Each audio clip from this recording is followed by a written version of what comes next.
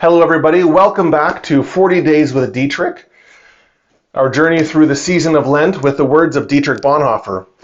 Today's passage is again taken from Bonhoeffer's book, Ethics. It's not immediately following the last section that we read. Sometimes as we go through day after day with one book, the passages are kind of linked very quickly, and they are they kind of flow together really, really well. This passage that we read today doesn't immediately follow the passage we read yesterday. But you will hear repeated terminology. The title given to today's passage is Human Reality. Dietrich writes, Jesus Christ, the human being. That means that God enters into created reality, that we may be and should be human beings before God. The destruction of humanness is sin, and as such, it hinders God's work of redeeming humanity. Still, Jesus Christ being human does not mean simply the confirmation of the existing world and of human existence. Jesus was human without sin. That is the decisive thing. But Jesus lived among us in deepest poverty, was unmarried, and died as a criminal. Jesus being human embodies, therefore, a double judgment on human beings. The absolute condemnation of sin and the relative condemnation of existing human orders. Included in this condemnation, however, is that Jesus is really human and wants us to be human beings. Jesus let human reality exist as penultimate, neither making it self-sufficient nor destroying it. A penultimate that will be taken seriously and not seriously in its own way.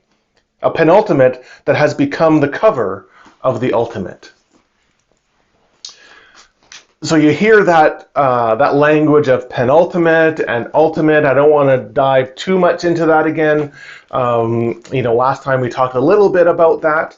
About how the penultimate always pointed to the ultimate, which is the reality of God's redemption given in grace. But I want to kind of talk about what he talks about sin and the humanness of Jesus, because I think what he is talking about here is something really, really important. For Bonhoeffer, the humanity of Jesus is incredibly profound. The fact that God stripped away God's all divine glory and incarnated God's self in flesh, and in suffering humanity. Here he talks about he was clothed in deepest poverty, and he was unmarried, and he was executed as a criminal. He died as a criminal. Like, all of this stuff is really, really profound, because it talks about how God's redemption for us takes place in the deepest places of human life, and it encounters the deepest hurts, the deepest struggles, and the deepest violence of our lives. And obviously, again, he's writing in Nazi Germany, and that's an important theme that runs a lot through his writings.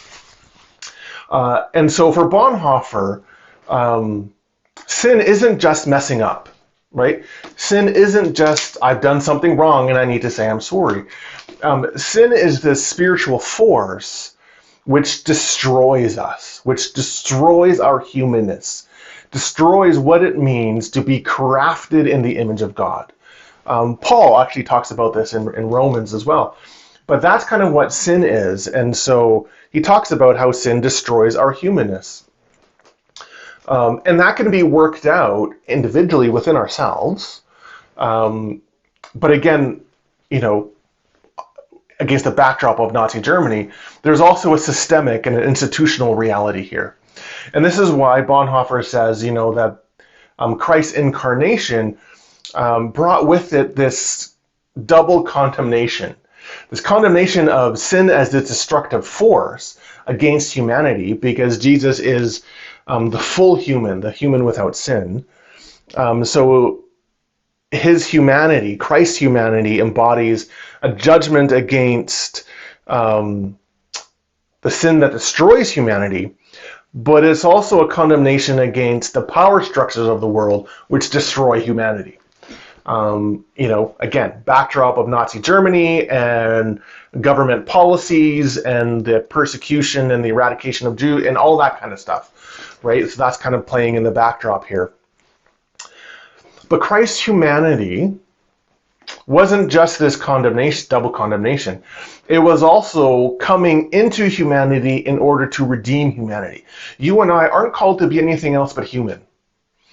We aren't called to be anything else than who we are created to be. And so Jesus God wrapping God's self in flesh is the redemption of humanity. And so Jesus is really human, Bonhoeffer says, and thus wants us to be human as well. Wants us to be fully who we are created to be, in the flesh, in this road that we must walk, in this life that we are called to live. Jesus wants us to be who we are created to be here and now. And yet the way we do that is to accept the grace of redemption that comes in Jesus. And so as we go through Lent, maybe that's a reflection that you can make yourself. How are you being you? In the deepest sense, if you know what I mean. How are you living out fully and deeply who God has called you to be? Is there anything that you struggle with? Is there anything that works against your own humanity, your own identity as one created in the image of God? And what might it look like to invite Jesus to that place in order to do away with that which works against you, but also to highlight the beauty of your own humanity? God bless you as you journey through your season of Lent, and I look forward to seeing you tomorrow.